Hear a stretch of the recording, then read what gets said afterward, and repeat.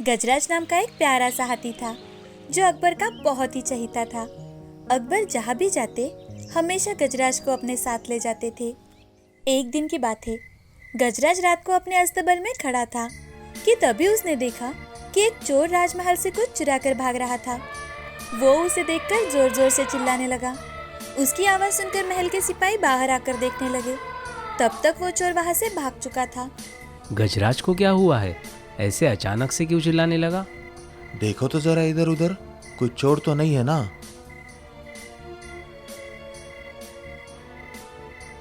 अरे, यहाँ पर तो कोई नहीं है। क्या तुम्हें कोई दिखाई दिया? अरे नहीं भाई, मुझे तो कोई नहीं दिखाई दिया। चलो अंदर जाते हैं। वैसे भी गजराज भी अब शांत हो चुका है, तो फिक्र करने की कोई बात नहीं। सिपाही अंदर चले जाते हैं। सुबह होते ही जैसे ही महावत गजराज को चारा डालने के लिए आया, गजराज फिर से जोर जोर से चिल्लाने लगा। गजराज इतने जोर जोर से चिल्लाने लगा था कि दरबार में राजा अकबर तक गजराज की चिल्लाने की आवाज़ पहुंच गई। बिरबल, ये तो गजराज की आवाज है ना? हमारा गजराज ऐसे अचानक इतना चिल्ला क्यों रहा है? पता नहीं महाराज, सिपाही बता रहे थे कि कल रात भी गजराज चिल्ला रहे थे। मैं तो कहता हूँ हमें गजराज को वैद्य जी को दिखाना ही चाहिए। हाँ बिरबल, तुरंत गजराज को वैद्य को दिखाओ। थोड़ी ही देर में बिरबल वैद्य को लेकर गजराज के पास जाते हैं। बिरबल जी, गजराज तो बहुत गुस्से में लग रहा है, मुझे क्षमा कीजिए। अभी गजराज के पास जाना खतरे से खाली नहीं है। ऐसा कहकर वैद्य जी भी वहाँ से चले जाते हैं कि तभी बिरबल वहाँ खड़े रहकर सोचने लगते हैं। गजराज ना तो बीमार लग रहा है और ना ही उसे कोई चोट आई है, तो फिर वो ऐसे क्रोधित क्यों हो रहा है? क्या पता, शायद उसे भूख लगी हो। महावत, गजराज को जरा चारा डालिए। महावत जैसे तैसे डर डर के गजराज के पास चारा लेकर जाने लगता है, लेकिन महावत को देखकर गजराज फिर से चिल्लाने लगता है और महावत के पीछे दौड़ने लगता है। महावत जैसे तैसे अपनी जान बचाकर वहाँ से भागता है और एक छोटी सी झोपड़ी में छुप जाता है। जैसे ही ये सारी बातें अकबर को पता लगती है, तो अकबर उसे पागल हाथी घोषित कर देता है और उसे जंगल में छोड़ देने के लिए कहते हैं। सिपाही जैसे तैसे गजराज को जंगल में छोड़कर वापस महल में आते हैं। यहाँ पूरे राज्य में गजराज के पागल होने की चर्चा शुरू हो जाती है। सिपाहियों, ध्यान रखना कि गजराज फिर से महल में ना आ पाए। जैसे ही रात होती है, तो बिरबल गजराज को राजमहल के पास में देखता है। अरे, ये तो गजराज है, लेकिन ये राजमहल की तरफ ऐसे क्यों देख रहा है भला? बिरबल भी महल की तरफ ध्यान देने लगते हैं। तभी बिरबल देखते हैं कि एक आदमी महल के दीवार से राजा के गुप्त खजाने के कमरे में जाने की कोशिश कर रहा था। और जैसे ही गजराज ने उसे देखा, तो गजराज जोर जोर से चिल्लाने लगा। अब बिरबल भी उसे पकड़ने के लिए सिपाहियों के साथ उस दीवार की तरफ भागने लगे, लेकिन वो चोर वहां से भाग चुका था। अरे, ये क्या? ये तो वही घास की लकड़ियाँ है जो महावत गजराज को देता था, लेकिन ये यहाँ कैसे? बीरबल जी, वो चोर आज भी हमारे हाथ से निकल गया। हम उसे नहीं पकड़ पाए। कोई बात नहीं, शायद मुझे चोर मिल गया है। सुबह होते ही बिरबल दरबार में आकर राजा अकबर को सारी बात बता देते हैं। सिपाहियों, ये सब क्या हो रहा है? महल में कोई घुस आता है और तुम्हें पता भी नहीं चलता। तुम्हारा ध्यान किधर है? बिरबल, तुम अभी के अभी जाओ और उस चोर को पकड़ कर ले आओ। जिसने हमारा खजाना चुराने की कोशिश की, हम उसे कड़ी से कड़ी सजा देंगे। महाराज, हमें उस चोर को पकड़ने जाने की कोई जरूरत नहीं है। हम चाहे तो उसे चंद लम्हों में पकड़ सकते हैं महाराज। वो यही इसी महल में है। ये तुम क्या कह रहे हो बिरबल? चोर, और वो भी महल के अंदर के लोगों में से कोई? ये कैसे मुमकिन हो सकता है? जी महाराज, बस उस चोर को पकड़ने के लिए हमें गजराज की जरूरत पड़ेगी। अगर आपकी आज्ञा हो तो क्या मैं गजराज को राजमहल में लेकर आ सकता हूँ? बिरबल, लेकिन वो पागल हाथी हमारी क्या मदद करेगा? और कहीं उसने तुम्हें भी मारने की कोशिश की तो क्या करोगे? नहीं महाराज, वो सब आप हम पर छोड़ दीजिए। ऐसा कहकर बिरबल गजराज को ढूंढने के लिए जंगल की ओर बढ़ते हैं। कुछ दूरी तय करने के बाद उन्हें एक पेड़ के पास गजराज दिखाई देते हैं। बीरबल बड़े ही प्यार से गजराज के पास कुछ घास लेकर जाते हैं और उसकी सूंड को थपथपाते हैं। गजराज भी अब शांत हो जाता है और चारा खाकर बीरबल के साथ महल की ओर निकल पड़ता है। गजराज को देखकर सब डर जाते हैं। महाराज, महल में जितने लोग हैं सभी को एक कतार में आकर खड़े रहने की आज्ञा दीजिए। महाराज सभी को एक कतार में खड़े रहने की आज्ञा देते हैं। जैसे ही सभी सिपाही, महावत, नौकर एक कतार में खड़े हो जाते हैं, तभी बीरबल गजराज को सामने लेकर आते हैं। बताओ गजराज, वो चोर कौन था? गजराज महावत के पास जाता है और उसे सूंड से उठाकर पटक देता है और अकबर के पास जाकर उनको प्रणाम करता है। अकबर गजराज का बदला रूप देखकर चौंक जाते हैं। देखा महाराज, गजराज तो बेचारा हमें सिर्फ चोर के बारे में बताना चाह रहा था, इसीलिए वो महावत को लेकर इतना क्रोधित हो रहा था, क्योंकि उसने महावत को रात में आपके कमरे की दीवार के पास देख लिया था और हमने तो गजराज को ही पागल हाथी घोषित करके जंगल में छोड़ दिया। हाँ बिरबल, ये तो बहुत बड़ी गलती हो गई हमसे। हमने बिना कुछ जाने अपना फैसला सुना दिया। जी महाराज, इसलिए हमें कोई भी निर्णय सोच समझ कर लेना चाहिए। अगर आज गजराज ना होते तो शायद हम चोर को कभी पहचान ही नहीं पाते और बेचारे गजराज, उनकी कोई गलती ना होने पर भी उन्हें ये सजा मिल जाती। तुम सही कह रहे हो बिरबल, आगे से हम हमेशा इस बात का ख्याल रखेंगे।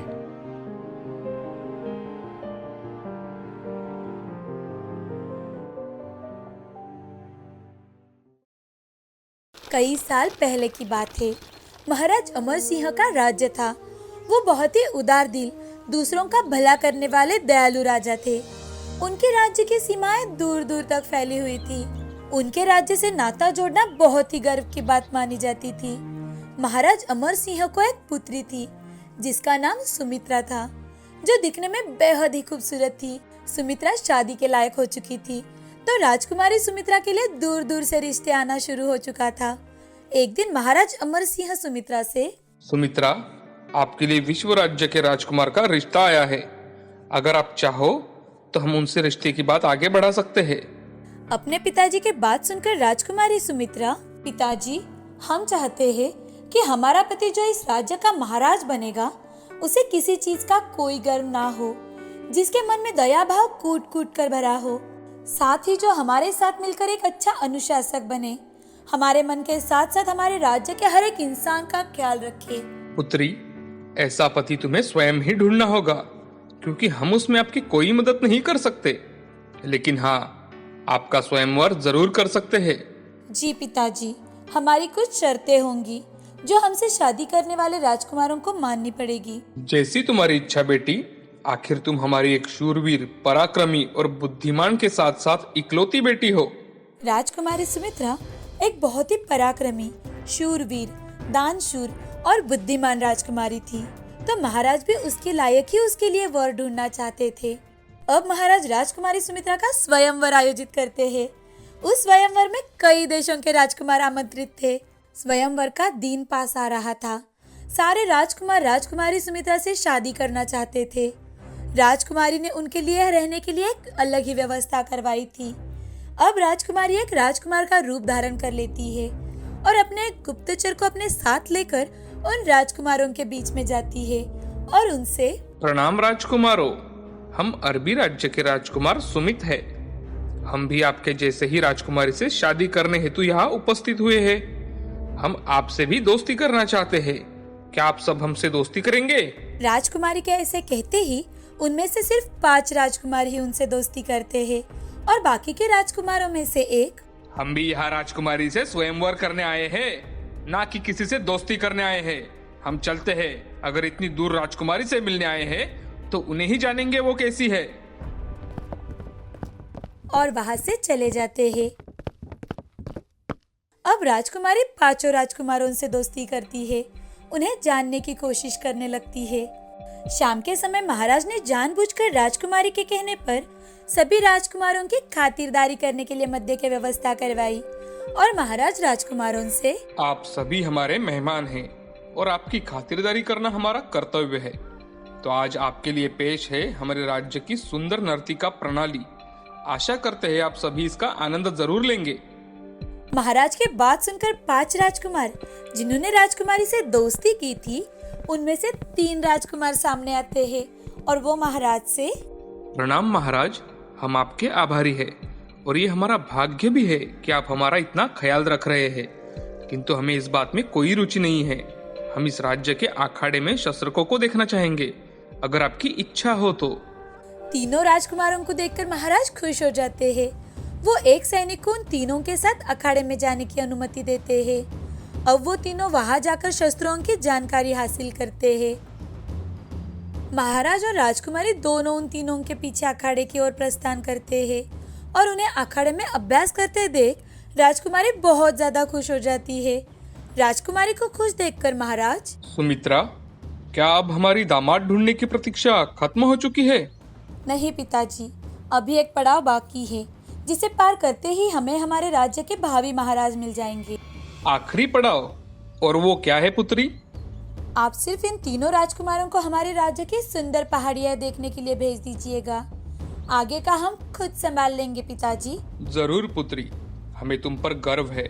हम जानते हैं तुम जो भी करोगी वो बिल्कुल सही करोगी। हम हमेशा तुम्हारे साथ हैं।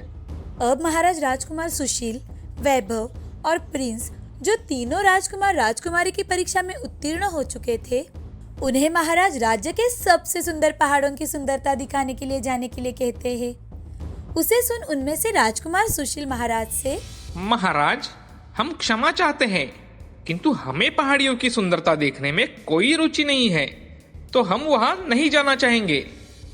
ठीक है, जैसी आपकी इच्छा। क्या आप दोनों जाना चाहोगे? राजकुमार वैभव और प्रिंस एक साथ, जी अवश्य महाराज, हमें वहां जाने से खुशी मिलेगी। अब महाराज दोनों राजकुमारों को पहाड़ी इलाके में भेजने का प्रबंध कर देते हैं, जहां रास्ते में ही राजकुमारी एक भिखारी का रूप धारण कर भीख मांगने का नाटक कर रही थी।